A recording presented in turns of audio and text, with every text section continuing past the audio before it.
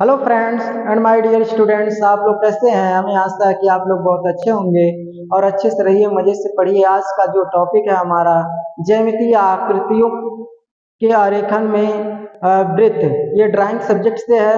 वृत्त क्या है? वृत्त किसे कहते हैं? किसी स्थिर बिंदु के चारों तरफ वह किसी बिंदु के चारों तरफ वह बिंदु पथ जो समान दूरी पर क्या गमित करता हो, तो वो बना हुआ हमारा क्या है? वृत्त होता है। उसी को हम क्या बोलते हैं? वृत्त। जैसे ये क्या है? ये पॉइंट, इस पे चारों तरफ जो क्या है, ये गमित हो रहा है, बिंदु पथ चल रहा है, इसी को हम क्या बोलेंगे? वृत्त। और केंद्र क्या होता है? केंद्र वह होता है जो बिंदु पथ, जो एक बिंदु से होके चल रही है, बिंदु पथ के बीच के जो भाग को, जो बीच का, इसके यहाँ से इसके यहाँ के, इसके यहाँ के, इसी को हम क्या बोलेंगे? केंद्र। इसी को हम केंद्र कहते हैं। इसी को हम क्या कहेंगे? इसी को हम कहते हैं केंद्र। केंद्र होता हमारा। त्रिज्या या अर्धव्यास, जो केंद्र से और परिध से, अर्थात जो बिंदुपथ से, जो बिंदुपथ हमारा है उससे, और केंद्र से, केंद्र जो बिंदु पॉइंट होता है उसके जो दूरी, जो समान दूरी पे जो चल रहा था, उसी को पॉइंट को हम क्या बोलेंगे? उसी को, यहाँ से यहाँ तक की दूरी को हम क्या बोलेंगे? इसी को त्रिज्या। इसी को क्या कहेंगे हम? त्रिज्या। ठीक है, इसी को त्रिज्या कहते हैं। ये हमारा जो है त्रिज्या है, जो वृत्त के और केंद्र के बीच की जो है समान दूरी पे जो है ये चल रहा है। व्यास क्या होता है? व्यास उसे कहते हैं जो किसी परिध, जो परिध होता है, वो रेखा जो दो परिध को दो जगह टच करती हो, ठीक है, दो जगह जो है करती हो, वह रेखा कहाँ से जाती हो, गुजरती हो? उसके केंद्र से। ठीक है, परिध के केंद्र से जो गुजरती हो और दो जगह जो है ऐसी कर जा रही हो, इसी को हम क्या बोलेंगे? व्यास। इसी को हम क्या कहते हैं? व्यास। अब व्यास के बाद जो क्या है? परिध। परिध क्या है? परिध आप लोग जाने पहले ये बता दिए कि परिध जो है जो ये पॉइंट सेंटर से जो बिंदु पथ चल रहा था, जो बनने वाली जो रेखाएं, इसी को हम क्या बोलते हैं? परिध। इसी को हम, ये हमारा परिध, ये परिध की कहते हैं, इसी को हम परिध बोलते हैं। ठीक है। चाप क्या होता है? परिध का जो एक, परिध का जो भाग होता है, एक भाग से बी भाग, यानी अर्थात जो हमारा त्रिज्या, जो कोई भी एक पॉइंट से, देखिए यहाँ पे हम समझा रहे हैं, आप लोगों को इधर देखिएगा, जो हमारा ये है पॉइंट है, ये और ये बिंदु पथ जो चल रहा था यहाँ पे, यहाँ तक का, और यहाँ से जो ये यहाँ से यहाँ तक का ये त्रिज्या हो गया। यही त्रिज्या जो चाहे एंटी क्लॉकवाइज चाहे इधर जो चल रहा है, इधर से, यानी इतनी दूरी जो है, इसके बीच की जो दूरी यहाँ से यहाँ तक की परिध की दूरी है, इसी को हम क्या बोलते हैं? चाप। यही हमारा क्या है? चाप। और जीवा किसे कहते हैं?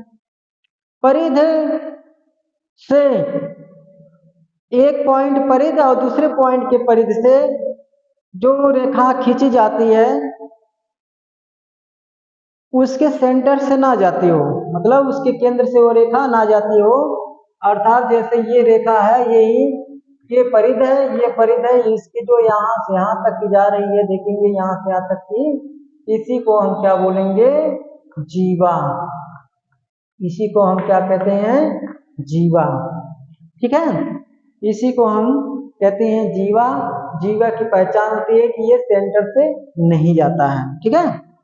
और इसमें देख, अगला जो है छेदिका, वह रेखा जो परिध को, ए पॉइंट से बी पॉइंट तक परिध को जो छेदती हुई जा रही हो, ठीक है, क्रॉस करती हुई जा रही हो, जैसे यही रेखा है जो अगर इसको जो जीवा है अंदर है, इस जीवा अगर इसी को बढ़ा दिया जाए ये छेदिका रेखा हो जाएगी। तो यहाँ हम आप लोग बता दें कि यहाँ से ये रेखा जो जा रही है यहाँ से यहाँ तक की जो, इसी को हम क्या बोलेंगे, छेदिका रेखा।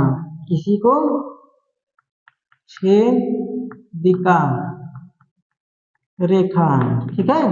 इसी को आप जानेंगे कि जीवा और छेदिका में यही डिफरेंस है कि वो जो है परिधि के अंदर होता है और छेदिका जो है परिधि के। अगला देखेंगे वृत्तखंड,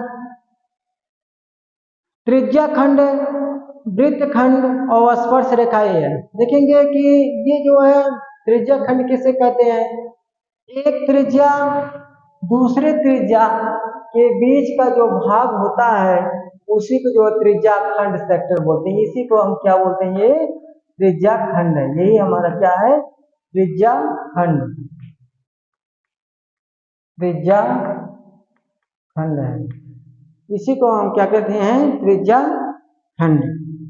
और वृत्तखंड क्या होता है, जीवा, जैसे हमारा ये जीवा है, ये देखेंगे ये जीवा है, जीवा से ए और बी के बीच की जो चाप है यहाँ से यहाँ तक का ये भाग और जीवा का भाग जो है इसी को हम क्या कहेंगे, वृत्तखंड, ठीक है। इसी को हम क्या बोलेंगे, वृत्तखंड कहते हैं, ठीक है। आप लोग ध्यान से देखिएगा, इसी को हम वृत्तखंड बोलते हैं।